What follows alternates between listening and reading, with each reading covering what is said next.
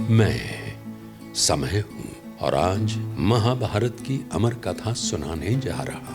ये महाभारत केवल भरत वंश की कोई सीधी सादी युद्ध कथा नहीं है। आपको पता है 75% काम खा गया AI।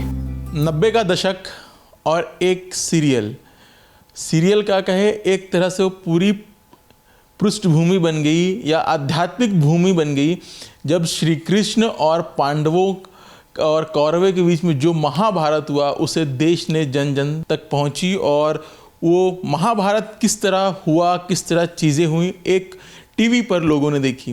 जितने किरदार थे सब फेमस हुए, लेकिन एक आवाज़ थी जो उससे ज़्यादा फेमस हुई। मैं समय हूँ। जी हाँ, सीरियल की शुरुआत हो या मध्य हो या अंत, हर जगह ये आवाज़ गूंजती रही। सब ये सोचते थे कि आवाज़ है किसकी। जब हम छोटे थे तो हमारे लिए भी एक बहुत बड़ा ये था कि ये आवाज़ है किसकी, क्योंकि सीरियल में तमाम चेहरे दिखाई देते थे, लेकिन ये आवाज़ के पीछे कौन सा चेहरा है ये हमें दिखाई नहीं देता था। लेकिन आज जो है वो चेहरा हमें मिल गया है। जी हाँ, हमारे साथ सर मौजूद हैं, हरीश भिमानी सर, जिन्होंने महाभारत के समय मैं समय हूँ ये आवाज़ दी। सर तो पहली बात तो बहुत बहुत धन्यवाद सर, आपने अपना कीमती समय मुझे दिया। शुरुआत सर मैं समय से ही करता हूँ। कैसे मिला सर ये, और किस तरह चीज़ें हुई ये और महाभारत में, क्योंकि सब फेमस हुए, आपकी आवाज़, चेहरा तो नहीं था लेकिन आपकी आवाज़ उन किरदारों से ज़्यादा फेमस हुई। नमस्कार दर्शकों, मैं कहता तो रहा हूँ मैं समय हूँ, लेकिन दरअसल मैं हरीश भिमानी हूँ। नमस्कार जी। आपने कहा शुरुआत समय से हो।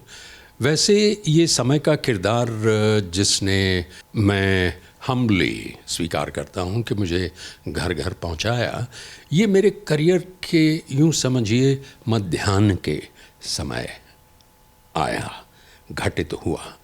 मेरी शुरुआत उससे, मेरे करियर की शुरुआत उससे कोई 12 साल पहले हुई थी, और उसमें भी कुछ संग मील हुए थे।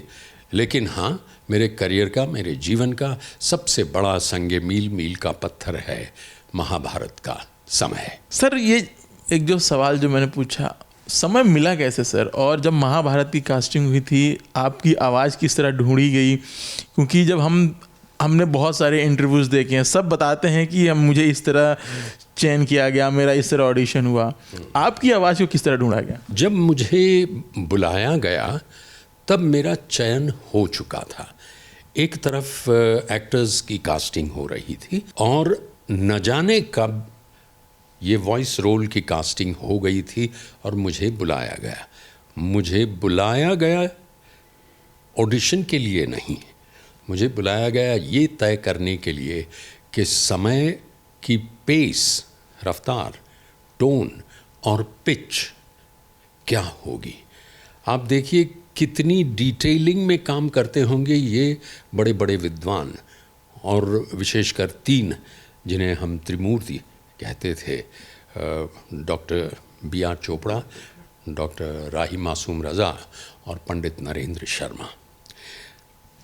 तो इसके लिए 3 सेशन हुए, क्योंकि दरअसल उन्हें भी, वो भी खोज ही रहे थे कि पेस, टोन, पिच होगी क्या, ये कैसे बोलेगा, समय कैसे बोलेगा, समय का अंदाज क्या होगा, उसकी शैली क्या होगी। तो उन्होंने केवल ये कहा कि बेटे तुम्हारी आवाज़ तो बहुत अच्छी है, इसीलिए तुम्हें चुना गया है, लेकिन देखो ज़रा ध्यान से, समय की तरह बोलो। न उन्हें पता है न मुझे पता है, तो दोनों जिसे कहते हैं पार्टीज़ एक दूसरे को कह रहे हैं कि हाँ ये होना चाहिए या नहीं होना चाहिए। तो बाय प्रोसेस ऑफ एलिमिनेशन धीमे धीमे ये तय पाया गया कि आवाज़ तो मेरी रहे, आवाज़ बदलनी नहीं है, लेकिन अंदाज़ कुछ ऐसा हो कि जो न पहले सुना गया हो, न मैं कभी इस्तेमाल कर रहा हूँ या करने की सोच रहा हूँ। तब मैंने उनसे कहा कि देखिए मैंने फोनेटिक्स का विज्ञान पढ़ा है, उच्चारण शास्त्र कुछ, और उसमें ये कहा जाता है कि एक वाक्य मैं बोलूं वही वाक्य आप बोलें, वही वाक्य ये कैमरा नीचे रख के आप बोलें, सभी का टोन एक है लेकिन फिर भी अलग अलग क्यों सुनाई देता है वो वाक्य? केवल आवाज़ ही नहीं, वो इसलिए कि उसकी रिदम अलग होती है, हर एक के बोलने की रिदम होती है। तो आप ये कह रहे हैं, मैंने उनसे कहा गुणीजनों से, कि आप चाहते हैं कि आवाज़ मेरी हो, अंदाज मेरा ना हो बल्कि किसी व्यक्ति का ना हो, क्योंकि ये समय है, जो तब था आज है कल रहेगा, और वो क्या है कोई नहीं जानता, सिर्फ हर एक उसमें डूबा हुआ है समय में या समय से ग्रसित है। तो मुझे कहते हैं डॉक्टर रज़ा, राही मासूम रज़ा, बेटे हाथ कंगन को आरसी क्या, पढ़े लिखे को फारसी क्या, तुम ही समझाओ। तो मैंने अपने आप से कहा मैं फंस गया कह के, लेकिन अब क्या करूं? तो माइक की तरफ जाते हुए मैंने सिर्फ इतना अपने आप से कहा कि इस तरह से बोलो, आवाज़ बदलनी नहीं है, बन के नहीं बोलना है, लेकिन इस तरह से जैसे मैं पहले कभी नहीं बोला, जैसे मैं कभी बोलता नहीं हूँ और ना कभी बोलूँगा, ना कभी मैंने ऐसा सुना है। क्या करता, मेरे सामने इतने से छोटा सा कागज़ था, तो मैंने कहा मैं समय हूँ और आज महाभारत की अमर कथा सुनाने जा रहा हूँ। ये महाभारत केवल भरत वंश की कोई सीधी सादी युद्ध कथा नहीं है। अब मैंने कभी किसी को इस तरह से बोलते नहीं सुना, ना मैंने कभी किया है। अगर हमें आकाशवाणी, वो भी मैंने उनसे पूछा था क्या आकाशवाणी चाहिए ना आपको? देख कर्ण तू ऊर्ध्व दिशा में देख, तो कहा नहीं आकाशवाणी नहीं चाहिए। पंडित जी ने कहा कि आकाशवाणी तो कंस के समय आएगी कि तेरा 8वां भांजा तेरा काल बनेगा वगैरह, आकाशवाणी नहीं चाहिए। तो ये जो जिसे मैंने समझा न भूतो न भविष्यति है, लेकिन मन में मैं क्या सोच रहा था जी बोलते वक्त कि ये मैं क्या बोल रहा हूँ, कौन सुनेगा ये, कौन सहेगा ये कैसे हो सकेगा? वहाँ तभी पीछे से आवाज़ आई कि बस इसको पकड़ के रखो। तो इस तरह से उसका अंदाज, उसकी शैली तय हुई। फिर बहुत बाद में जाकर मुझे चोपड़ा साहब ने, एक पार्टी थी कुछ, मेरे ख्याल से सब लोग जयपुर जा रहे थे, जयपुर में युद्ध की शूटिंग हुई थी, तो सब लोग जा रहे थे, मैं तो नहीं। तो तब उस पार्टी में उन्होंने कहा कि पता है आपको चुना कैसे? वो जो था वो चुनाव नहीं था, वो तो शैली तय करना था। तो उन्होंने कहा हम 2 दिन बैठे, सबसे पहले सोचा गया था दिलीप कुमार के बारे में, क्योंकि सबसे अलग आवाज़, मगर तुरंत ऑब्जेक्शन खुद ही ने सबने लिया कि लेकिन सुनते ही कहेंगे ये तो दिलीप कुमार हैं, हमें दिलीप कुमार नहीं चाहिए, हमें कोई नहीं चाहिए, हमें समय चाहिए। तो कहा अच्छा ये ना हो, आवाज़ तो प्रोफेशनल होनी पड़ेगी, कोई भी नहीं चलेगा। तो हमें ढूंढनी वो आवाज़ है कि जिसका कोई अंदाज नहीं है। अब उनको पता था that this is a tall order, ये आसान नहीं है कि ऐसे को ढूंढना। तो उन्होंने 2 दिन का समय अपने आप को दिया, सामने टीवी और एक रेडियो सेट भी मंगाया और एक असिस्टेंट को बिठाया और कहा शुरू करो। तो विज्ञापन आते गए, डॉक्यूमेंट्रीज आती गई, इंटरव्यूज़, क्या क्या नहीं आता है। तो कहा ये आवाज़ अच्छी है। वो कौन से सींग वाले विज्ञापन थे, ओनिडा टीवी, वो सारा मेरा किया हुआ था, अंग्रेज़ी में हिंदी में, नेबर्स एनवी, ओनर्स प्राइड करके। तो कहा ये बड़ा अच्छा है, ये स्टाइल तो सुना नहीं है, सुनी नहीं हमने, अच्छा ये लिख लो, कौन है, तुम जानते हो? हाँ हम जानते हैं कौन है। फिर कोई ब्रिटानिया बिस्किट का कुछ आया, फिर ग्वालियर शूटिंग का कुछ आया, फिर क्या क्या आता जाता था। तो कुछ 9-10 ऐसे आए होंगे, उसमें से 6 या 7 मेरे निकले। तो उन्होंने कहा कि लेकिन ये तो एक दूसरे से अलग है बिल्कुल। तब उन्होंने कहा कि इसका मतलब ये हो गया कि इस आवाज़ को लोच दे सकते हैं, जैसा चाहे मोड़ सकते हैं, मोल्ड कर सकते हैं। तो उन्होंने कहा इसको बुलाओ, कौन है? तो कहा ये तो अपने हरीश भिमानी, हमारे लिए तो कितना काम किया। तो कहा अच्छा वही है, हाँ। तो कहा बस ये चुने गए। हालांकि महाभारत से ठीक पहले B.R. चोपड़ा ने ही, BRTV ने ही एक सीरियल किया था, कौन थे आखिरी मुगल, बहादुर शाह जफ़र, और उसमें इस तरह का व्यू था कि मैं लाल किला हूँ वगैरह, मगर वो उससे वो शायद मुतमईन नहीं थे, इतने संतुष्ट नहीं थे। तो उन्होंने कहा कि हमें हर मूड के मतलब समय जो कह रहा है उसके अनुसार उतार चढ़ाव चाहिए, और वो भी ऐसे कि पता न चले कि उतार चढ़ाव हैं, लेकिन पहुँचे। तो मेरे ना जाते हुए, मेरी एब्सेंस में मेरा चुनाव हुआ था। ना चाहते हुए भी समय जहाँ चाहिए था, समय उस समय पहुँच गया। ना चाहते हुए नहीं, बहुत ही चाहते हुए मतलब पता नहीं था, लेकिन समय जो था, समय को जो चाहिए था, समय ने अपने आप भी उसको ढूंढ लिया। सर ये समय की ही बात है, 12 साल पहले करियर शुरू हुआ, 12 साल बाद एक प्रसिद्धि मिली।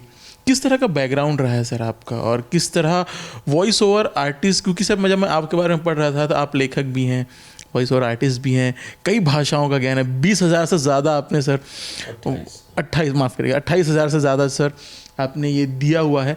तो किस तरह ये रहा, किस तरह वॉइस ओवर इंडस्ट्री? पहले तो आपने जो कहा कि 12 साल पहले शुरुआत हुई लेकिन प्रसिद्धि यहाँ से मिली, मैं कहूँगा कि प्रसिद्धि मिली हुई थी। मैं अकेला इन सारों में से, सारे पात्रों में से, सारे एक्टर्स में से, सभी लोग एक्टर्स थे, मैं वॉइस एक्टर था, सबसे ज़्यादा प्रसिद्ध मैं था। और यहाँ तक कि अच्छे से अच्छे जो एक्टर्स थे, कृष्ण जिन्होंने नीतीश जी ने किया, मुकेश खन्ना जिसने भी कुछ फिल्में की थी, मेरे मित्र थे, और कैसे संयोग से वहाँ मिले वो एक और कहानी है। मगर मैं वो प्रसिद्धि थी लेकिन सीमित दायरे में थी। जो इससे मिली उसके लिए मैं शुरुआत मैंने की। आपने कहा पढ़ाई लिखाई क्या है? पढ़ाई लिखाई ऐसा था कि कहानी लंबी है, लेकिन मुख्तसरन कहूँ संक्षेप में तो उन दिनों के आम लड़कों की तरह मैंने भी निर्णय लिए, और उसके लिए कानून ये था कि लड़का है अलग कानून, लड़की है अलग कानून, क्योंकि बड़े हो रहे हैं। लड़का है अगर पढ़ाई लिखाई में अच्छा है तो या डॉक्टर बनेगा या इंजीनियर बनेगा, अगर साधारण है तो कॉमर्स कर ले, कहीं अच्छी नौकरी मिल जाए, फिर किस्मत अच्छी हो तो आगे बढ़ेगा, और अगर बिल्कुल ही आखिरी बेंच वाला है तो मैरिज मार्केट के लिए BA कर ले। ये रूल था, तो हमने भी वो रूल फॉलो किया। और डॉक्टर बनना था नहीं, मतलब वो कौन से के पेट चीर के काटते हैं वो सब नहीं मुझे अच्छा, और मुझे नहीं लगता मैं अच्छा डॉक्टर बन सकता भी था। तो साइंस लिया, साइंस में अच्छे नंबर आए, तो अब इंजीनियरिंग। तो इंजीनियरिंग में क्या लेना तो पता नहीं क्यों, लेकिन एक नई ब्रांच शुरू हुई थी, chemical engineering. Civil mechanical electrical तो थे ही। वर्ष कौन था सर? ओ हो माइक गिर ना जाए तो कहूँ वो वर्ष था 1964।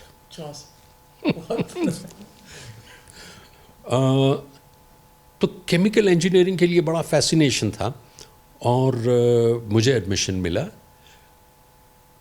आपके शहर में। इसलिए एक तरह से कहूँ कि ये इंटरव्यू मेरे लिए घर वापसी भी है। तो यहाँ के जो मशहूर कॉलेज है, देश की भी मशहूर कॉलेज जो है यहाँ का, Lakshmi Narayan institute of technology, LIT, तो मैं एल्फिंस्टोनियन से LITian बन गया। उसमें आने के बाद पता चला, क्योंकि इंजीनियरिंग की पढ़ाई बड़ी विकट होती है, और उसमें केमिकल इंजीनियरिंग की सबसे ज़्यादा विषय ही ज़्यादा होते हैं। तब केमिकल इंजीनियरिंग 4 साल का था, मैकेनिकल इलेक्ट्रिकल सिविल 3 साल के, इतना फ़र्क होता था।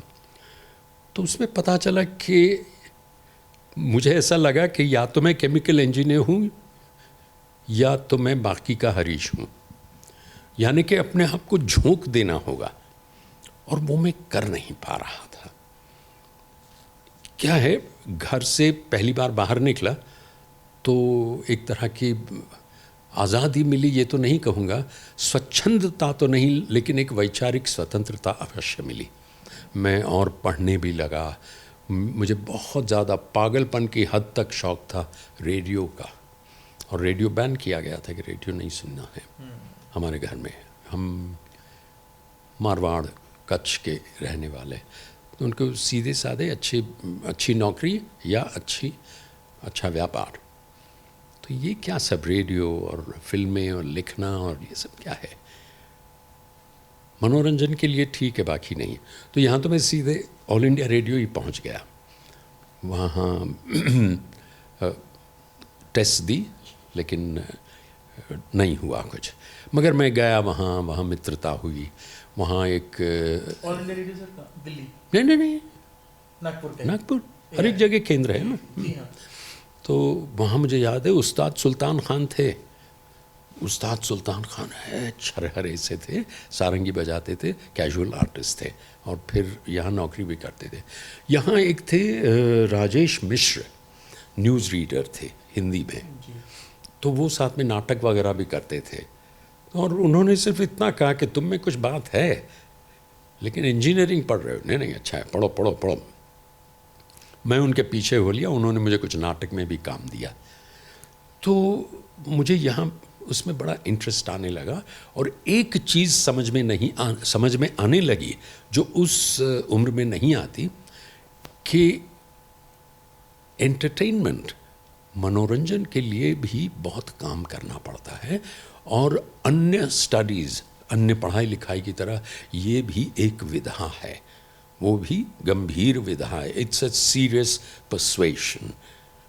तो ये विचार मन में रह गया कि नहीं, मुझे शायद करना तो कुछ और है, लेकिन क्या करना है ये पता नहीं था। और रेडियो का पागलपन तो सवार था ही। मैंने यहाँ तक कि ड्रॉप भी लिया कि मैं तय करूँ कि कहीं जगह मिलती है तो। फर्स्ट ईयर के बाद ही सर ड्रॉप ले लिया था कि थर्ड ईयर? तो अंतिम पड़ाव पहुँचते अभी और पढ़ो सीजन पढ़ाई का, इंजीनियरिंग का? नहीं, अंतिम नहीं था, अंतिम fourth year, 3rd to 4th। हाँ जी। तो ये कि भाई देखें कोशिश करके, लेकिन ऐसे कोशिश करना आसान नहीं था।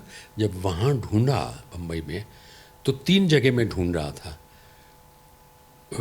वॉइस के बारे में तो सोचा भी नहीं था इतना, फोटोग्राफी, राइटिंग और डायरेक्शन के असिस्टेंट बनना, लेकिन इतना कम स्टाइपेंड, इतना कम पैसा। और मुझे पता था कि अगर वो मैं रिबेलियस होकर सबका विरोध करके अपने परिवार के ख़िलाफ़ जाके करता, तो मैं रहता कहाँ, और जितना मिलने वाला था, मिलने की उम्मीद थी, उससे तो चलने वाला था नहीं। तो मैंने कहा जो हो रहा है, पहले अच्छा संस्कारितापूर्ण पहले पढ़ाई लिखाई, एजुकेशन पूरा करो। तो वो किया। उसके बाद केमिकल इंजीनियरिंग की है, तो मैं मैन्युफैक्चरिंग में जाना चाहता था। तब मुझे मेरे बड़े भैया ने बताया कि तू एक देख ले, एक नया MBA का कोर्स शुरू हुआ है, मास्टर ऑफ मैनेजमेंट स्टडीज़। जैसे IIM है ना, वैसे बजाज इंस्टीट्यूट का है, और बहुत माना गया है। तो देख तो सही, एक बार तो देखने गए, अच्छा लगा। सिर्फ मुश्किल ये थी कि बहुत ही दाखिला बहुत मुश्किल था। वो मिल गया मुझे। काफ़ी उसकी तरह तरह के टेस्ट थे, और उसमें से गुज़र के मुझे मिल गया। मतलब मैंने ना किसी की इन्फ्लुएंस लगाई, ना कुछ किया हो। अगर उनको लगता है मैं सही हूँ तो मैं करूँगा। तो मुझे अच्छे नंबर से दाखिला मिला, वो कर लिया। उसके बाद अच्छे से अच्छा जॉब मिला। जॉब कहाँ की है सर? हाँ, एक अमेरिकन कंपनी। अब क्या है, मेरा कॉम्बिनेशन बन गया था केमिकल इंजीनियर MBA। आजकल तो ये कॉमन सा हो रहा है, मगर तब बहुत रेयर था, बहुत दुर्लभ था। तो मुझे अच्छे से अच्छी नौकरी मिली। मैं भी इंतज़ार कर रहा था कि और अच्छी कंपनियां आए, और तो विश्व की दूसरे नंबर की बड़ी से बड़ी केमिकल्स मैन्युफैक्चरिंग कंपनी, तो उसमें मुझे मिल गया अच्छे से अच्छे, मतलब सारे क्लास में बेहतरीन जॉब मुझे मिला। जनाब, जब जॉब शुरू होता है, और ये मत भूलिए अमेरिकन कंपनी है, निचोड़ लेते हैं, यू हैव टू, आपको अपना सर्वस्व देना है। तो तब मुझे पता चला, एहसास हुआ। एहसास क्या हुआ? घुटन हुई कि मैं क्या कर रहा हूँ, किस लिए कर रहा हूँ, लक्ष्य क्या है। लक्ष्य क्या है? महीने के अंत में मोटी तनख्वाह। मैंने कहा नहीं कर सकता। तो कहाँ जाओगे? ये मतलब तुमुल युद्ध चलता था आपस में, मेरे यहाँ का ये हृदय और मस्तिष्क के बीच में, कि मैं तो जाऊँ कहाँ। क्या मैं गाना गा सकता हूँ? मैं गायक हूँ? नहीं। मैं कैमरामैन हूँ? नहीं। मैं क्या करूँगा? हाँ, लोग कहते रहते हैं कि आवाज़ अच्छी है, दो एक बार कुछ किया भी है, ऑल इंडिया रेडियो में कभी जाता हूँ। तो कुछ नहीं, मन को मनाने के लिए समझिए। मैं पार्ट टाइम यानी जिसको कहते हैं मून लाइटिंग, यानी किसी को ना कहते हुए मैं कभी रिकॉर्डिंग करने जाता। फिल्म्स डिवीज़न में कोई का, फिल्म्स डिवीज़न यानी जहाँ डॉक्यूमेंट्रीज़ बनती थी, तब न्यूज़ रील्स होते थे, वहाँ करता था। फिर एंकरिंग करता था। कभी कभी पैसा बहुत कम मिलता था या नहीं मिलता था। एक दिन मैं पकड़ा गया। अब आम कंपनियों में ये चल जाता है, अमेरिकन कंपनीज में नहीं चलता। आपको अपना सर्वस्व देना है, मैंने कहा ना। ऐसा हम दे रहे हैं तो पूरा काम हम ही लेंगे। बिल्कुल। और वो एक व्यक्ति से ज़्यादा का काम होता है। तो मुझे फ़ोन आया इंटरनल, कंग्रेचुलेशन हरीश, वहाँ से पहले नाम से बुलाते हैं ना। मैंने कहा क्या हुआ सुमन बाबू? कोई बंगाली थे। কি হলো? না না কি হলো মানে কি? कंग्रेचुलेशंस बोलছি, আমাদের মধ্যে একটি सेलिब्रिटी, हमारे बीच में एक सेलिब्रिटी है, क्या बात है? तो मैंने कहा अब तो गया मैंने कहा क्या हुआ? कहा मेरे सामने एक ब्रोशर है, मैं देख रहा हूँ, बड़े बड़े कलाकारों के नाम हैं, राजेंद्र मेहता, नीना मेहता, हरिहरन बहुत नए थे, पंडित जसराज वगैरह वगैरह। नीचे लिखा है बड़े अक्षरों में, कंपेयर हरीश भिमानी। तो हमारे लिए तो गर्व की बात है। मैंने कहा कम से कम इसकी सोच बहुत अच्छी है। मगर तब फ़ोन रखते हुए मुझे ये विचार कौंध गया कि देखिए, हार्ड वर्क तो यहाँ है ही, हार्ड वर्क बाहर भी होगा, उस विधा में शायद ज़्यादा होगा, क्योंकि अनसर्टनिटी होगी। दाम यहाँ तो बहुत अच्छा है, वहाँ होते होते हो जाएगा, लेकिन यहाँ नाम नहीं है, वहाँ नाम है, वो अभी पता चला मुझे। तो ये नाम दाम काम के विश्लेषण के बाद मैंने तय किया मैं छोड़ दूँगा। और फिर कुछ कंपनी का पॉलिटिक्स। कितना समय लगा छोड़ने के लिए सर? उसके बाद हाँ, जब ये फ़ोन आया आपने सारी चीज़ें 3-4 दिन। 3-4 दिन उसके बाद 3-4 दिन, क्योंकि मैंने काफ़ी मुझे अंदर से लग रहा था कितना झूठ बोलूँगा। एक फिल्म में काम मिला था, मतलब एक्टिंग का, दूसरी और तीसरी शुरू होने वाली थी। तो कौन सी फिल्म थी सर? मिथोलॉजिकल थी, जय द्वारकाधीश। और ये पहले दिन की शूटिंग में उनको पता नहीं कुछ मेरे डायलॉग ऐसे थे, और एक दरबार का सीन था, मुझे याद है, चेंबूर में ही, जहाँ हमारी फैक्ट्री थी। तो मैंने किया, मुझे डर तो बड़ा लग रहा था, पहली बार कर रहा था। तो कुछ आवाज़ उनको ठीक लगी होगी, डिलीवरी अच्छी लगी होगी, तो उस शॉट के बाद तालियां पड़ी। ऐसा होता है, सीन अच्छा हो ना शूट तो तालियां बजती हैं, सेट पे जो भी हो। तो तिवारी जी एक एक्टर थे, आपको याद हो तो, पुराने लंबे तगड़े, काफ़ी विलन का काम करते थे वगैरह वगैरह। तो उन्होंने कहा बेटे लगे रहो, तुम्हारा भविष्य उज्जवल है। बहुत अच्छी हिंदी बोलते थे। मैंने कहा मुझे जय द्वारकाधीश में नहीं करना है, मैं तो मिथोलॉजी में चला जाऊंगा। ये बात और है कि महाभारत भी मिथोलॉजी है। तो आज मुझे अभी बातें करते हुए मुझे ये एहसास हो रहा है कि हाँ, उनके शब्द सच निकले। तो मैं काफ़ी, मैंने कहा ना, घुटन महसूस हो रही थी। तो मैंने कहा कि अब तो छोड़ के देखो ही। और ऊपर से वो ऑफिस पॉलिटिक्स में कुछ हो रहा था मेरे खिलाफ वगैरह, तो मैंने कहा छोड़ी तो देखा जाएगा, डिग्रीज तो है ना। हालांकि डिग्रीज कोई काम नहीं आती।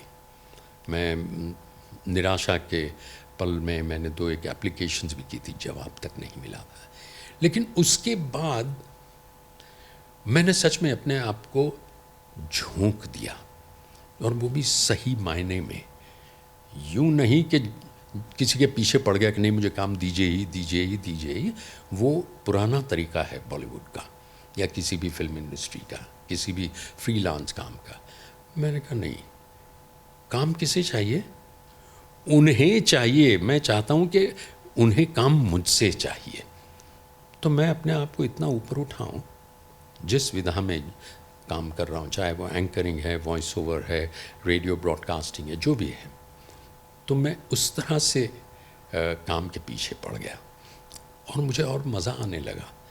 काम बहुत कम था, मेरा सहारा एक ही था।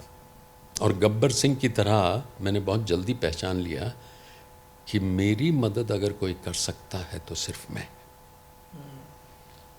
तो मतलब वो गब्बर सिंह ने कहा था ना कि मेरे ताप से गब्बर सिंह ही बचा सकता है। वैसे तो ऑडिशंस के मामले में मैं लकी रहा, इतना ज़रूर है। जहाँ जाऊँ ऑडिशंस होते थे 2-3 दिनों में, क्योंकि उन दिनों ऑडिशन होते थे 2-3 साल में एक बार, 2-3 साल में एक बार। तो मैं एक ऑडिशन से देकर घर जा रहा था, मतलब 20 किलोमीटर का रास्ता था, डिस्टेंस था। तो बीच में दूरदर्शन मैंने को उतर गया बस से। मैंने कहा पूछ के तो देखो, तो पता चला 4 दिन के बाद था। Now that's, I call that destiny. ऐसे कैसे मैं ऐसे निर्णय तो आमतौर पे लेता नहीं हूँ। और उसकी भी एक कहानी है, दिलचस्प सी लेकिन लंबी है, कि वहाँ मुझे 1600 में से मैं चूज़ हो गया।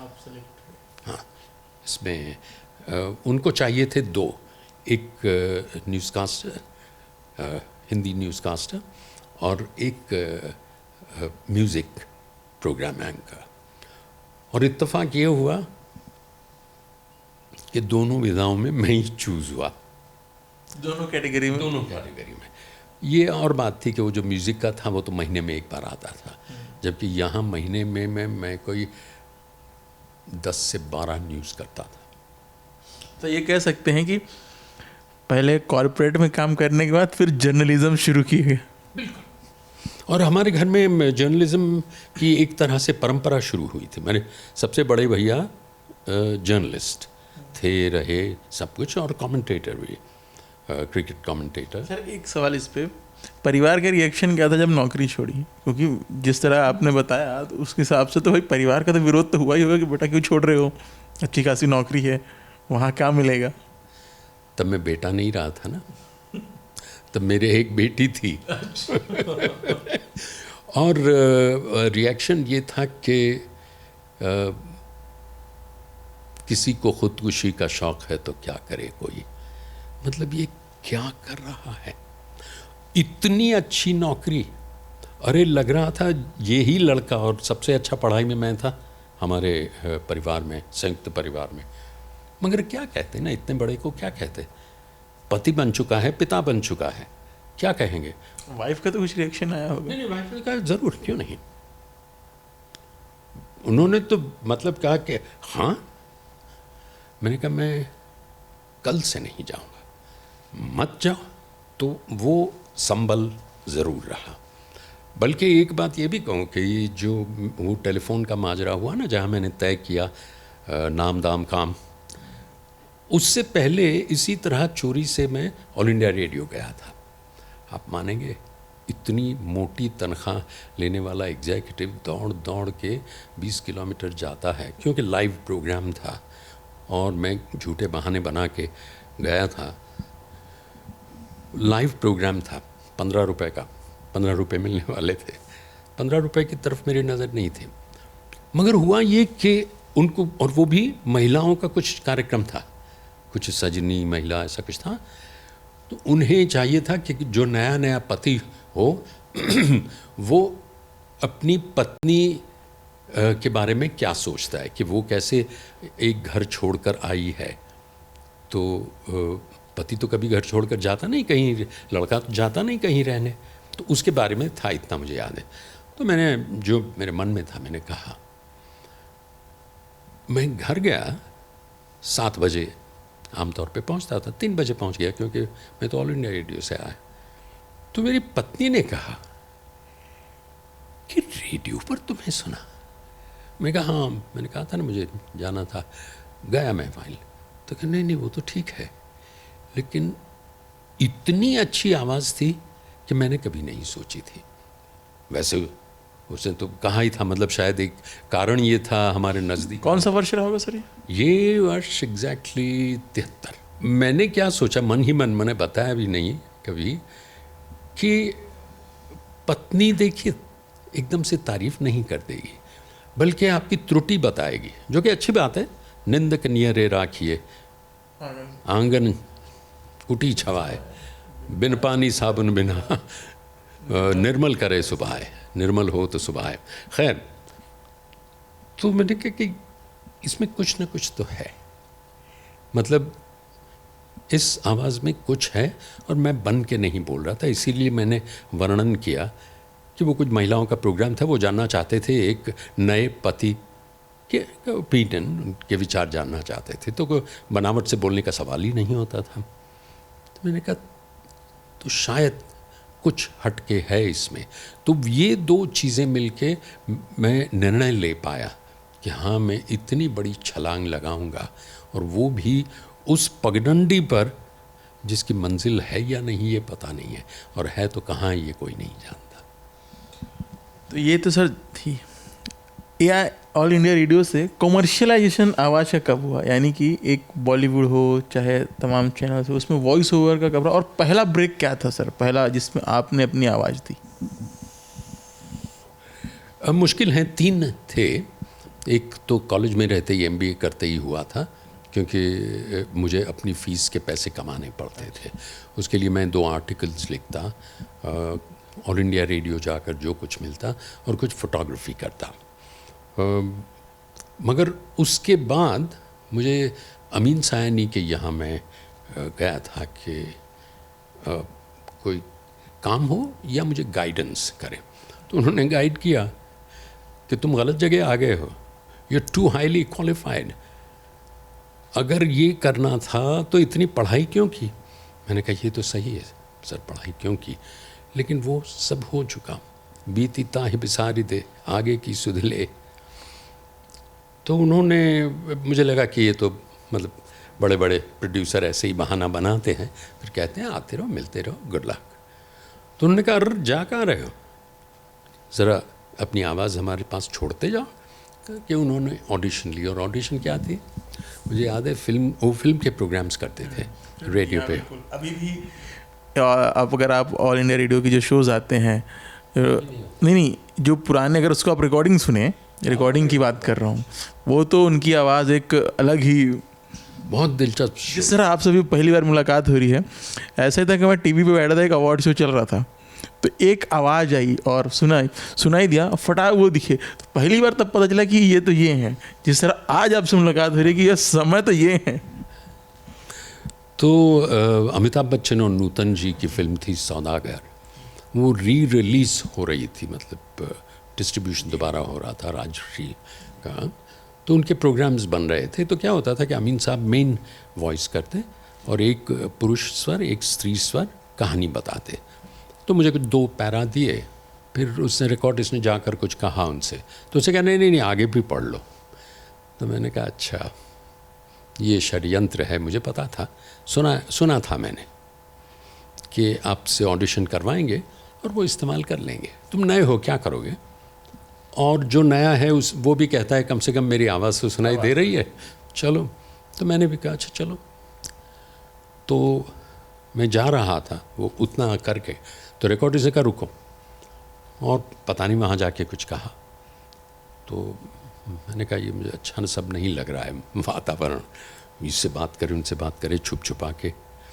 तो मैं जा रहा था, तो उन्होंने कहा कि अरे भाई इतनी जल्दी क्या है तुम्हें, एक और करके जाओ, ज़रा ऑडिशन ठीक से दो, ठीक से सुनने दो मुझे। तो दूसरा प्रोग्राम करवाया, मतलब एपिसोड था, 3-3, 4-4 पैरा के होते थे।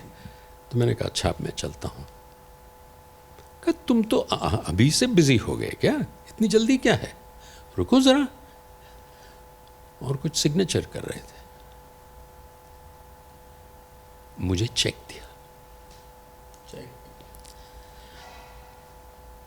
That was my almost first payment. और इतना था कि मैंने कहा अरे इतने से काम के इतने पैसे होते हैं। वो रिकॉर्डिस्ट मेरे साथ चल रहा था, वो मुझसे भी दूर रहता था, तो चर्चगेट स्टेशन जाना था, स्टेशन था लगभग 1 किलोमीटर दूर। तो मैंने कहा आज टैक्सी मंगाते हैं। तो मुझे कहता है इतना उड़ मत, सब लोग अमीन साहब नहीं हैं, आसानी से नहीं मिलते इतने पैसे, चलो चल के जाते हैं। ये मुझे वाकया याद है तब का। तो हाँ, सबसे पहले उनका था, और एक थे बहुत पुराने ब्रॉडकास्टर, मतलब अमीन साहब से पुराने, उनका नाम था बाल गोविंद श्रीवास्तव। तो उन्होंने मुझसे, उनके बारे में तो बहुत ही पता नहीं क्यों ऐसा सुनते थे कि वो आप बेईमानी से आपको पैसे नहीं देंगे, ये वो। और मुझे तो उन्होंने पितातुल्य प्रेम दिया।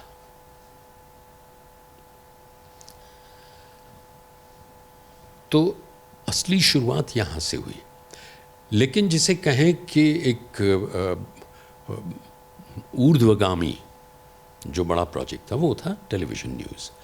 वहाँ जो शुरुआत हुई, तो मतलब मैं न्यूज़ करके निकलूँ रूम में, अपने क्या कहते हैं मेकअप रूम में, तो टेलीफोन्स आए हुए हैं। उसके बाद तो मतलब पीछे मुड़ के देखने का सवाल नहीं था। उसके कोई 1.5 महीने के अंदर तो मुझे चालू चल रहा टॉप रेडियो शो मिला, क्योंकि वो जो कर रहे थे उनकी कुछ अनबन हो गई थी प्रोड्यूसर के साथ, तो वो मुझे मिल गया। उसके बाद वाला मिल गया साथ में, और ये सब संडे को चल रहे हैं। तो I was a Sunday man, एकदम 2 प्राइम टाइम, सुबह का प्राइम टाइम, शाम का प्राइम टाइम मैं। तो फिर तो बहुत तेज़ गति पकड़ ली। सिर्फ इतना था कि अच्छा था मेरा दिमाग ख़राब नहीं हुआ, क्योंकि मुझे लगा कि अगर ज़्यादा काम मिले तो मुझे और संतुष्टि मिले, क्योंकि मैं बहुत कुछ छोड़ कर आया हूँ। जो ऐसा हो कि कुछ छोड़ के नहीं आया है, उसकी बात अलग होती है। तो ये चलता रहा। तो ये एक जो आपने पूछा संज्ञा मील क्या थे, तो एक था टेलीविज़न न्यूज़ और वॉइस रिकॉर्डिंग ज़्यादा मिलना, अच्छी मिलना, और लता मंगेशकर के यहाँ से न्योता आया। वो बहुत ही बड़ी बात थी, क्योंकि लता मंगेशकर के कॉन्सर्ट यानी वॉज द लिमिट, उसके आगे कुछ था नहीं। और स्वयं उन्होंने बुलवाया। उन्होंने एक बड़ा मुश्किल कॉन्सर्ट मेरे ख्याल से परीक्षा के तौर पर एंकर करवाया कोल्हापुर में। मैंने कहा कि कोल्हापुर की कन्या 25 साल के बाद इतनी सफलता प्राप्त करने के बाद जा रही है, मैं क्या कर पाऊँगा। जाहिर है आप मराठी में बहुत गाएंगी। उसके बाद तो बस 1 साल में ही फिर उन्होंने अपनी सबसे लंबी यात्रा ली USA, Canada, West Indies, south America. वहाँ से ये दौर शुरू हुआ 28 सालों तक लता जी के साथ। तो महाभारत से पहले ये सब हो चुका था, और वहाँ के जो लोग थे इंडस्ट्री के, वो भली भांति जानते थे। तो महाभारत में हाँ प्रसिद्धि थी, लेकिन जैसे मैंने कहा सीमित दायरे में। महाभारत के बाद क्या बदला सर, किस तरह चीज़ें हुई? और एक प्रमुखता की मौजूदा समय में जो वॉइस ओवर आर्टिस्ट हैं या जिस तरह का चल रहा है, क्योंकि आपके समय में उस तरह की टेक्नोलॉजी नहीं थी, आज के समय जिस तरह से टेक्नोलॉजी है, तो किस तरह चीज़ें बदली हैं, किस तरह सारी चीज़ें हुई हैं? जहाँ तक मेरा सवाल है, पोस्ट महाभारत और अलॉन्ग विथ महाभारत मेरे लिखना शुरू हुआ। वैसे मैं छिटपुट तो बहुत करता था कि कहीं रेडियो प्रोग्राम्स अपने ही लिखे। We want some 22 awards for production, narration, ideas, writing, मगर ये सारे कमर्शियल्स थे। तो आम तौर पे लोग जानते थे कि ये लिखता है, अच्छा लिखता है, मगर फुल टाइम लिखने के लिए काम नहीं दे सकते क्योंकि बहुत बिजी है। तो बात सच थी। तो तब एक एड फिल्म मेकर थे श्रीधर क्षीरसागर करके, जिनके लिए मैं काफ़ी काम करता था। और वो कहते थे ये मैंने किया है, तुम इसको हिंदी में कर दो। लेकिन मैंने कहा मतलब अनुवाद करना था, मुझसे क्यों करवा रहे? तो कहा नहीं, मुझे पता है तुम अनुवाद नहीं करते हो, तुम उसी विचार को दोबारा लिखते हो। और मैंने कहा है क्या? तो कहा टेलीविज़न सीरियल ख़ानदान। तो ख़ानदान के संवाद मैंने लिखे थे। तो बहुत बड़ी परीक्षा थी। मैंने कहा ना, मुझे सारे मुश्किल काम ही मिलते रहे हैं। और मैं लेके गया, मेरे ख्याल से 3 दिन 4 दिन स्ट्रगल की मैंने, बड़ी जद्दोजहद की, आधा एपिसोड लिखवाया। मैंने कहा कह दूँ जाके ईमानदारी से कि भाई सिंपल लिखा है और बहुत धीमा लिखा है, कैसे हो पाएगा? तो कहा सुनो बस 2 पन्ने सुने, बस तुम ही करो और अब पूरे कॉन्फिडेंस से फास्ट करो, मुझे यही चाहिए। इट वॉज वेरी क्लेवर, बहुत अच्छी तरह से काम निकालना जानते थे कि ये नर्वस होके लिखा है उसने, संभल के लिखा है, नहीं अपने जो लिखते हो बहुत अच्छा है, लिखो। तो ख़ानदान की बात शुरू हुई। फिर उसके बाद 2 सीरियल्स आने थे उन्हीं के, एक जलाल आगा का था और एक उन्हीं का था। लेकिन मैं विदेश जा रहा था फिर से लता जी के साथ और किशोर कुमार के साथ, तो ये सब साथ में करना बहुत मुश्किल गुजर रहा था। साथ साथ I was anchoring India's first music reality show लहर लहर संगीत। उस समय दिल्ली में होता था, हर 2 हफ्ते में एक बार जाता था। तो कैसे मैं लिखने के लिए समय नहीं होता था। महाभारत के साथ साथ शुरुआत हुई एक टेलीविज़न सीरियल की लिखने की।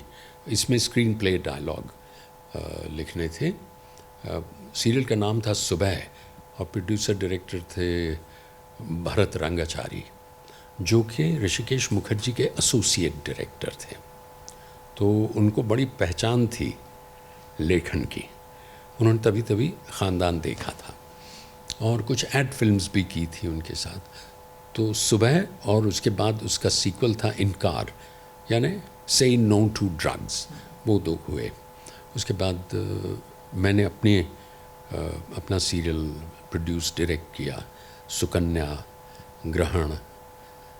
फिर वो प्रोडक्शन में इतना समय जाता था और एक जहाँ आपकी यूनिक पाथ बना हुआ है वो छोड़ के जाना बहुत मुश्किल होता है। और वो हुआ एक बार, मतलब मैं शूटिंग चल रही है और लता जी के यहाँ से फ़ोन आया कि आप अभी आ सकते हैं, एक एल्बम के बारे में बात करनी है। और वो एल्बम मेरी लिखी हुई थी। अच्छा। श्रीमद् भगवद गीता पर मैंने टिप्पणी लिखी है पूरी। तो टिप्पणी इतनी बड़ी नहीं होती है, तो कहा कि इसको हम एल्बम के रूप में करें। लता जी को बहुत पसंद आई थी। तो मैंने कुछ गलत जवाब दे दिया, मतलब मैंने कहा कि मैं अभी ये शेड्यूल 3 दिन के बाद ख़त्म होता है, तो मैं 4-5वें दिन आऊँ, फिर एडिटिंग है। ये सब कहने की ज़रूरत नहीं होती है फिल्म इंडस्ट्री में। सिर्फ कहते हैं कि हाँ जी आता हूँ मैं, 7 नहीं 8 बजे पहुँचता हूँ। और हो तो उस दिन का आप ज़रा कैंसिल कर दीजिए और जाइए। Lata Mangeshkar is calling, HMV was calling में। तो वो क्या होता है कि जब दोनों विधाएं उसी रफ्तार से चल रही हों तो मुश्किल होता है कई बार। तो बस इसी तरह चलता रहा। सर इतनी भाषाओं में सर आपने वो किया है। मैं पढ़ रहा था आपके बारे में, हिंदी है, बंगाली है, पंजाबी है नहीं, तो वो नहीं, वो तो यूं ही बोलने की है, लेकिन professionally English, Hindi, Urdu, I read write Urdu, और गुजराती, क्योंकि मैं गुजराती स्कूल में भी गया हूँ बहुत। तो इन 4 भाषाओं, हाँ, बंगला में मैंने पूरे 4 साल तक मैं एक बांग्लादेशी चैनल वॉइस रहा हूँ, मगर वो सब छोटी रिकॉर्डिंग्स। उसी तरह की, इस तरह एक आर्टिस्ट को इतना सारी भाषाओं, और दूसरी चीज़ जब 2015 में नेशनल अवार्ड मिला सर, लगा कि हाँ भाई अब नहीं, बहुत ही अच्छा लगा, क्यों नहीं, क्योंकि इससे बड़ा रिकग्निशन है नहीं। देखिए, किसी को फिल्म फेयर अवार्ड मिलता है, बहुत अच्छा लगता है, कोई एक्टर हो, डायरेक्टर हो, लेकिन जब नेशनल अवार्ड मिलता है तो उसे और संतुष्टि मिलती है कि हाँ, ये सर्वोच्च स्तर पर से उनको मिला है। मौजूदा समय के जो वॉइस ओवर आर्टिस्ट हैं उनको लेकर क्या कहना है सर, और टेक्नोलॉजी जिस हिसाब से बदल रही है, और खासकर एआई का जिस तरह से ज़माना आ गया है हर चीज़, तो कहीं ना कहीं ये वॉइस ओवर जो आर्टिस्ट है उनके ऊपर एक बहुत तरीके से चीज़ें इफ़ेक्ट कर रही हैं। 3 सवाल हो गए, इसलिए मैंने माइक खींच लिया। पहली बात ये, टेक्नोलॉजी, जहाँ तक वॉइस ओवर का सवाल है, कोई टेक्नोलॉजी हो, आउटपुट तो वही है। डबिंग का जहाँ तक सवाल है, देखिए, वॉइस की दुनिया में स्वर विश्व में 2 विधाएं हैं, वॉइस ओवर और डबिंग। तो डबिंग का काम लगभग 1000 गुना बढ़ गया है, और आशा करें बढ़ता रहेगा। वहाँ टेक्नोलॉजी से बहुत अंतर आया है। वॉइस ओवर्स में अंतर इतना आया है कि जो काम 1 घंटे में होता था, अभी 3 मिनट में होता है, 4 मिनट में, ऐसा है। उसको एडिटिंग बहुत आसान हो गई, बहुत कुछ हो गया है। एक ये है कि उसमें जो वार्मथ मिलती थी आवाज़ में, वो ज़रा कम है, डिजिटल में कम है। रही बात एआई का बहुत गहरा असर है, कोई माने न माने, मैं कहता हूँ बहुत गहरा असर है। प्रॉम्प्ट्स समझते हैं? प्रॉम्प्ट्स यानी, I am not talking about AI prompts, artificial intelligence के प्रॉम्प्ट्स नहीं, चैट जीपीटी प्रॉम्प्ट्स नहीं। ये एक विधा है IVR, इंटरैक्टिव वॉइस रिस्पॉन्स। आप किसी को फ़ोन करें, होता है ना कि 3 दबाइए तो ये करना दीजिए, अगर आपका चेक आपको मिल गया है तो ये दबाइए, ये कहिए, ये शिकायत हो तो इस पे करेक्ट, हाँ, और ज़्यादा शिकायत मत कीजिए। तो इन रिकॉर्डिंग्स में इमोशन की, जज्बात की कोई ज़रूरत नहीं है, बहुत ही सटल थोड़ी सी ज़रूरत है। तो AI ये बहुत आसानी से कर सकता है। आपको पता है 75% काम खा गया AI। जहाँ 100 रिकॉर्डिंग्स होती थी, वहाँ 25 भी नहीं हो रही। तो इसका असर तो बहुत भारी पड़ने वाला है, इसमें कोई शक नहीं है, सिवा के काम ही इतना है, और AI से काम करवाना इतना आसान नहीं है। जो करवाना जानते हैं बिल्कुल करवाते हैं। बीच में सर एक अभी मूवी आई है सैयारा, उसका टाइटल ट्रैक खुद फेमस हुआ, किशोर कुमार की आवाज़ में उसकी आवाज़ AI से बनाई गई और उसको भी वो उससे ज़्यादा फेमस हुआ। तो सर कहीं ना कहीं ये लगता है कि एक तरीके से कुछ मिसयूज़ भी होता है वॉइस ओवर का, क्योंकि डिप फेक ले लीजिए या बहुत सारी चीज़ें, खासकर कि आज के ज़माने में जिस हिसाब से किसी की भी आवाज़ बदल गई, किसी के साथ भी फ्रॉड, साइबर फ्रॉड, जो भी बहुत सारी घटनाएं, उसको लेकर आप किस तरह देखते हैं? क्योंकि आप एज एक देश के बहुत जाने माने वॉइस आर्टिस्ट हैं, एक तो उस पर क्या रुख है आपका? हाँ, आपको बहुत ही संभल के चलना है। देखिए, पहले मोबाइल नहीं थे तो मोबाइल फ्रॉड नहीं थे।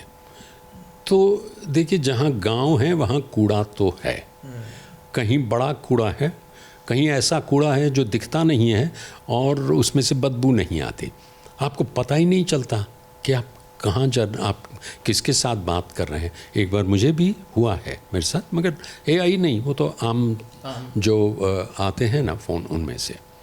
तो इसको नकारा तो नहीं जा सकता, इसके साथ जूझा जा सकता है, मगर है, और ये हकीकत है। जितनी हकीकत जल्दी पहचाने उतना ही बेहतर है। आपने कहा कि वॉइस, क्लोन वॉइस, देखिए क्लोनिंग इतनी आसान नहीं है, किशोर दा की आवाज़ की क्लोनिंग इतनी मुश्किल भी नहीं होगी क्योंकि इतना डेटा अवेलेबल है। मगर एक बात कहूँ, मैंने अपनी आवाज़ क्लोन करने की कोशिश की। अब मेरे पास कितना डेटा है मेरी आवाज़ का? बहुत है। लगभग मैंने कोई 3.5-4 घंटे की बेयर वॉइस उसमें फीड की, लेकिन वो चीज़ नहीं आई। लेकिन किसी और की वॉइस यूं ही एक्सपेरिमेंट के लिए डाली, एक वाक्य, कितना, एक वाक्य, और वैसी की वैसी आई। तो इसमें जो वेरिएबल्स हैं ना, वो सीखने में दम निकल जाता है। वो लोग कहते हैं कि बेहतर है कि उसको बुला लो दोबारा। मगर हाँ, डेंजर तो है। सर एक आखिरी सवाल, 5 दशक से ज़्यादा का कैरियर है आपका, अगर जिस हिसाब से बातचीत में जो मुझे समझ में आई है, कैसे देखते हैं? संतुष्टि है कि अभी और है, कहीं कुछ तो बचा है और जो मैं चाहता था वो अभी तक नहीं आ पाया है, उसको करना है?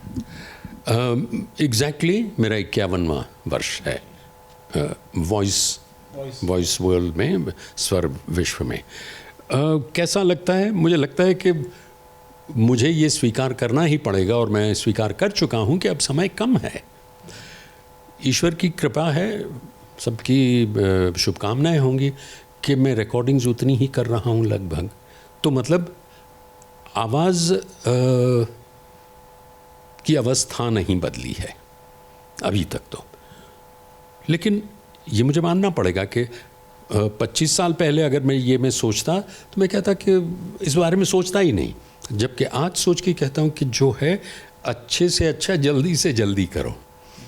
और वो तो हर विधा में, हर व्यवसाय में होगा कि अब मेरे इस पृथ्वी पर कम साल बचे हैं, ठीक है, जो भी जिस उम्र का होगा। एक्चुअली हर सालगिरह पर हमें यही सोचना चाहिए, लेकिन हम तो सालगिरह मनाने में भूल जाते हैं। वो तो जो करना चाहते हैं जल्दी करो। तो मैं उनमें से नहीं हूँ कि अब क्या बचा है। मैं कहता हूँ कि कम बचा है तो उस समय का और सदुपयोग करो। हमारे मैनेजमेंट में एक प्रिंसिपल है, एक्चुअली उदय कोटक है ना, इज ए मैनेजमेंट, हाँ, मैनेजमेंट गुरु हमारी इंस्टीट्यूट के हैं, मैं गर्व से कहता हूँ। उन्होंने एक सिद्धांत का प्रतिपादन किया है, इट्स कॉल्ड रोटी, ROTI। आप अपने आप से पूछिए, what is my roti, what is my return on time invested. I repeat, roti, ROTI, return on time invested.